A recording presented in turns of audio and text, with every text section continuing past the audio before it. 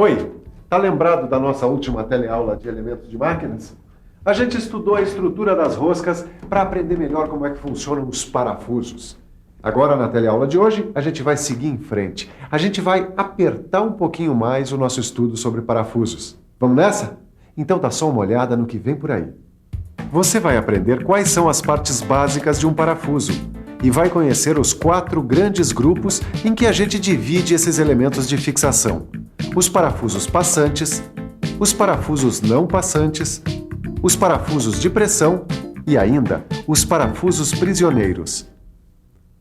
Mas para começar, é bom saber se você se lembra do seguinte: qual é a função de um parafuso?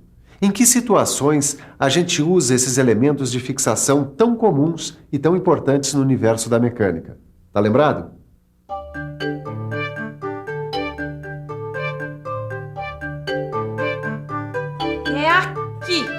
É aqui, Edgar, que a gente precisa decidir qual parafuso que a gente vai usar. Ei, peraí. Mas você sabe definir precisamente em que situação a gente usa ou não usa um parafuso como elemento de fixação? Claro que eu sei. A gente usa um parafuso quando a gente quer fazer uma união não permanente. Quer dizer, quando as peças que a gente vai unir, elas precisam ser montadas e desmontadas. É aí que entra o parafuso, tá certo? E como a gente já estudou o funcionamento das roscas dos parafusos, fica tudo muito mais fácil. Peraí, que é aí que a porca torce o rabo, hein? A gente já estudou os vários tipos de roscas, mas a gente ainda não estudou os vários tipos de parafusos, certo? Isso é verdade, né?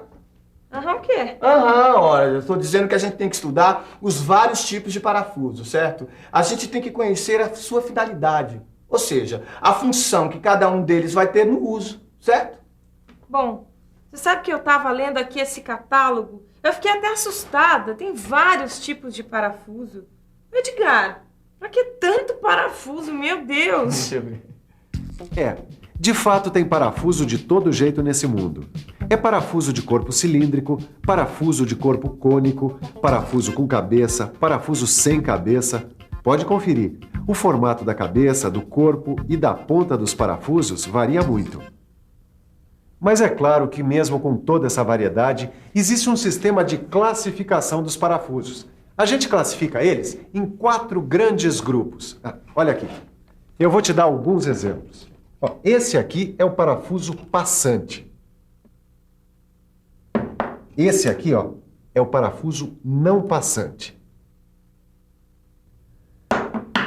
Esses outros aqui, são parafusos de pressão. E esse aqui é o último tipo, é o parafuso prisioneiro. Agora, não vai me perguntar qual é o crime que o parafuso prisioneiro cometeu, porque senão eu paro essa aula aqui mesmo. Vamos estudar direitinho cada um dos 4 grupos, começando pelos parafusos passantes. Se você acha que parafuso passante é aquele que passa direto pelos furos, atravessando toda a peça, acertou em cheio. Vamos conferir agora com o professor Roberto do Senai como e quando é usado o parafuso passante. Bom, o parafuso passante atravessa toda a peça. Por isso, ele precisa de uma porca para fixá-lo. E conforme o serviço, ele pode precisar de uma arruela também. Mas o parafuso passante é necessariamente com cabeça ou existe também o parafuso passante sem cabeça? Existe sem cabeça também. Vamos conhecer agora um outro grupo de parafusos, o grupo dos não passantes. O parafuso não passante, como você já deve estar imaginando, é aquele que não passa pela peça toda. Certo, professor? Certo. E por isso mesmo, o parafuso não passante não precisa de porca. O próprio furo onde a gente introduz esse tipo de parafuso é que deve ser roscado. Observe, esse aqui é um parafuso não passante. Ele entra assim, num furo roscado, compreende? Vamos conhecer agora um outro grupo de parafusos, os parafusos de pressão. O parafuso de pressão, como o próprio nome diz, é fixado por pressão, certo, professor? Certo. A pressão é exercida desse modo, pelas pontas. A ponta do parafuso pressiona a peça a ser fixada. Desse jeito, Agora, o parafuso de pressão é necessariamente com cabeça ou não? Não necessariamente. Existem parafusos de pressão sem cabeça. Olha aqui, Agora é hora de você usar a cabeça para conhecer o último grupo de parafusos, os parafusos prisioneiros. Esses parafusos nunca me escapam. Quer saber por quê? É só lembrar que o parafuso prisioneiro não tem cabeça. Ele tem rosca nas duas extremidades, quer ver? Esse aqui é um parafuso prisioneiro. A gente usa esse tipo de parafuso, sobretudo em situações que exigem montagens e desmontagens frequentes. Porque o uso de outro tipo de parafuso nesses casos pode acabar prejudicando a rosca dos furos. As roscas dos parafusos prisioneiros podem ter passos diferentes e podem também ter sentidos opostos, uma no sentido horário e outra no sentido anti-horário. Para fixar um parafuso prisioneiro na máquina, a gente precisa de uma ferramenta especial, ou a gente pode improvisar a fixação usando duas porcas travadas na extremidade dele. O parafuso prisioneiro, ele permanece fixo no lugar enquanto as outras peças são desmontadas. E o prisioneiro foi o último. Com ele, com o passante, com o não passante e o parafuso de pressão, eu espero que nenhum parafuso escape do seu conhecimento.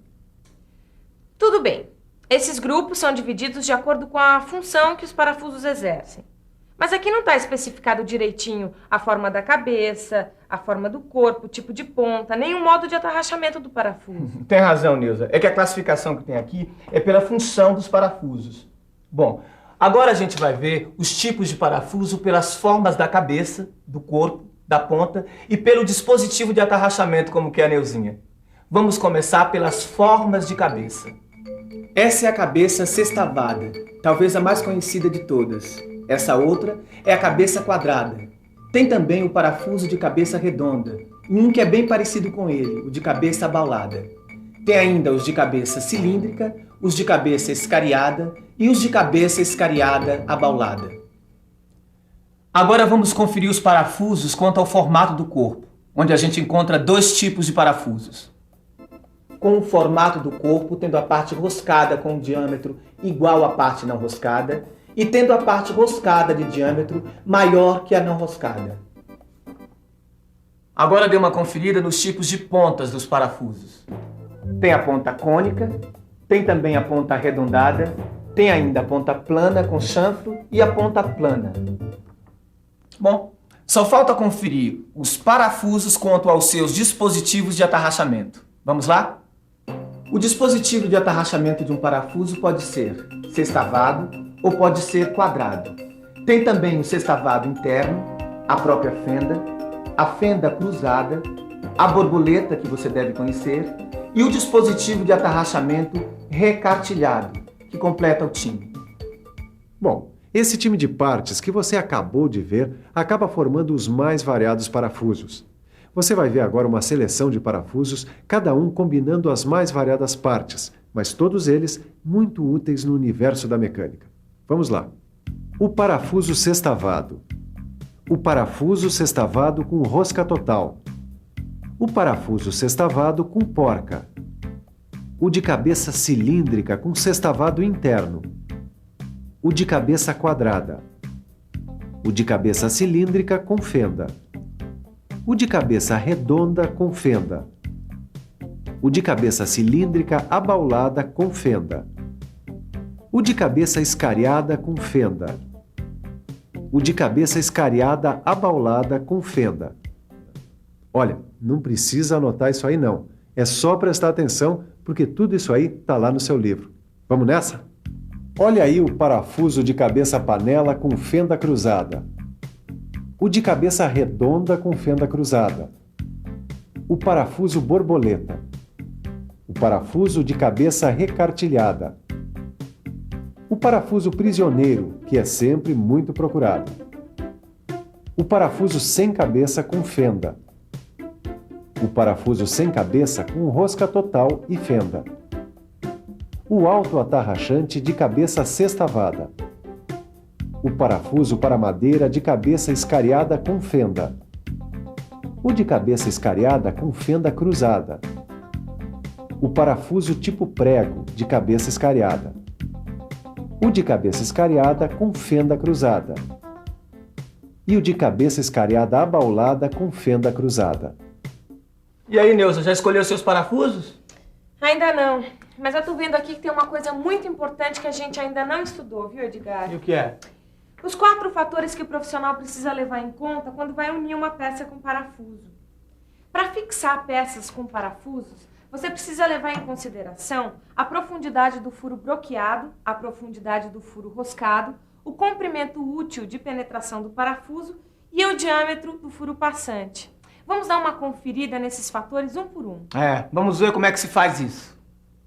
A profundidade do furo broqueado varia conforme o material das peças que você trabalha. Por exemplo, no caso do alumínio, a profundidade pode ser de até 3D, ou seja, 3 vezes o diâmetro do parafuso. Já a profundidade do furo roscado costuma ser um pouco menor. No caso de furo em peça de alumínio, por exemplo, ela vai até 2,5D, quer dizer, 2 vezes e meio o tamanho do diâmetro da rosca.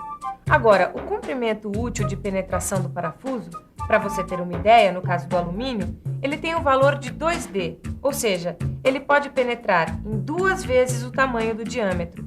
E quanto ao diâmetro do furo passante, no caso do alumínio, ele obedece à relação de 1,06D, ou seja, 1,06 vezes o diâmetro do parafuso.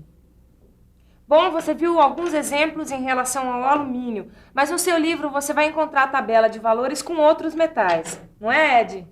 Além disso, você pode fazer os exercícios e fixar melhor o que você aprendeu na teleaula de hoje. Agora, aperte a memória e se ligue na revisão. E atenção, se liga aí que é hora da revisão.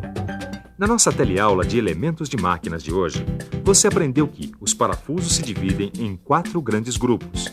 O dos parafusos passantes, o grupo dos parafusos não passantes, o grupo dos parafusos de pressão e o grupo dos parafusos prisioneiros. A gente também estudou os tipos de parafuso de acordo com as formas de cabeça, formato do corpo e as pontas de cada parafuso.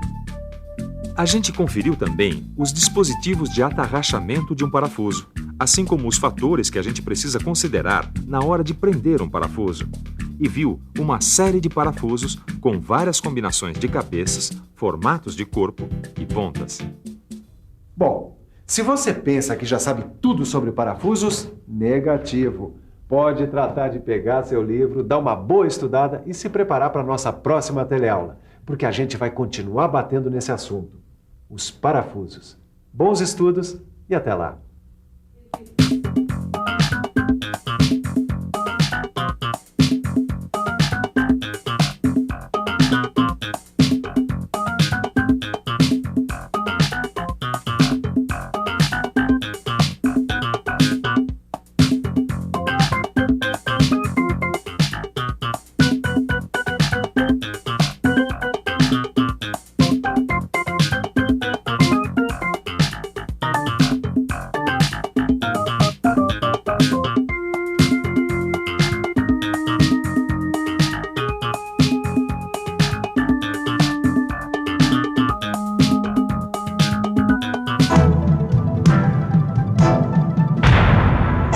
Telecurso 2000, um programa de educação do Sistema Fiesp e da Fundação Roberto Marinho.